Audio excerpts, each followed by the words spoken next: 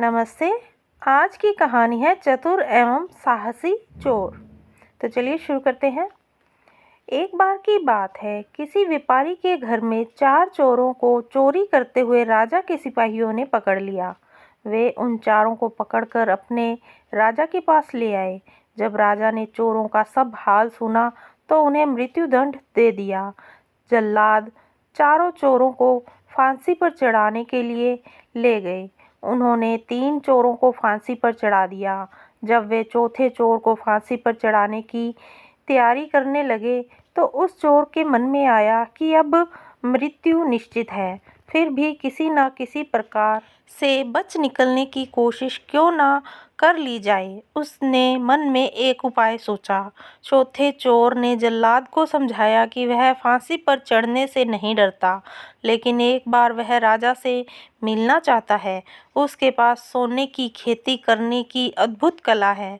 उसकी इच्छा है कि मरने से पहले यह विद्या वह राजा को सौंप जाए। जल्लादों ने चौथे चोर की बात अपने राजा से कह सुनाई। राजा की आज्ञा पाकर उसे राजा के दरबार में लाया गया। वहां पर भी उसने राजा को सोने की खेती की बात कह सुनाई। यह बात सुनकर मंत्री जन हंस पड़े। चोर ने कहा कि क्या मैं उस समय झूठ बोल सकता हूँ जबकि मृत्यु मुझे सामने दिखाई दे रही है। आपके सामने भला कौन झूठ बोल सकता है।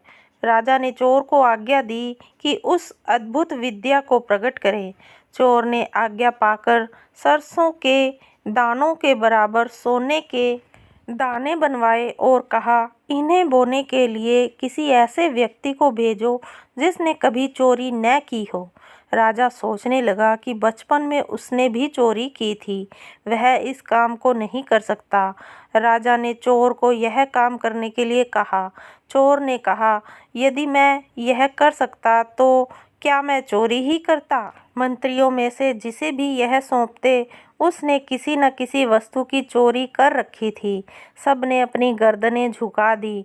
तब चोर बोला, जब यहाँ पर सभी चोर हैं तो मुझे ही क्यों फांसी पर चढ़ाया जा रहा है। यह सुनकर सब हंसने लगे और राजा ने भी उसे क्षमा कर दिया। शिक्षा: विपत्ति के समय घबराना नहीं चाहिए, बचने का उपाय करना चाहिए। तो ये थी चतुर और साहसी चोर की कहानी। आपको ये कहानी कैसी लगी कमेंट करके अवश्य बताइएगा। अगर आपको ये वीडियो अच्छी लगी तो इसे लाइक कीजिएगा, शेयर कीजिएगा और मेरे चैनल को सब्सक्राइब करना ना भूलिएगा और पास में लगे बेल आइकन को भी दबा दें ताकि मेरे आने वाली सभी वीडियोज़ की नोटिफिकेशन आपको मिल जाए। धन्यवाद।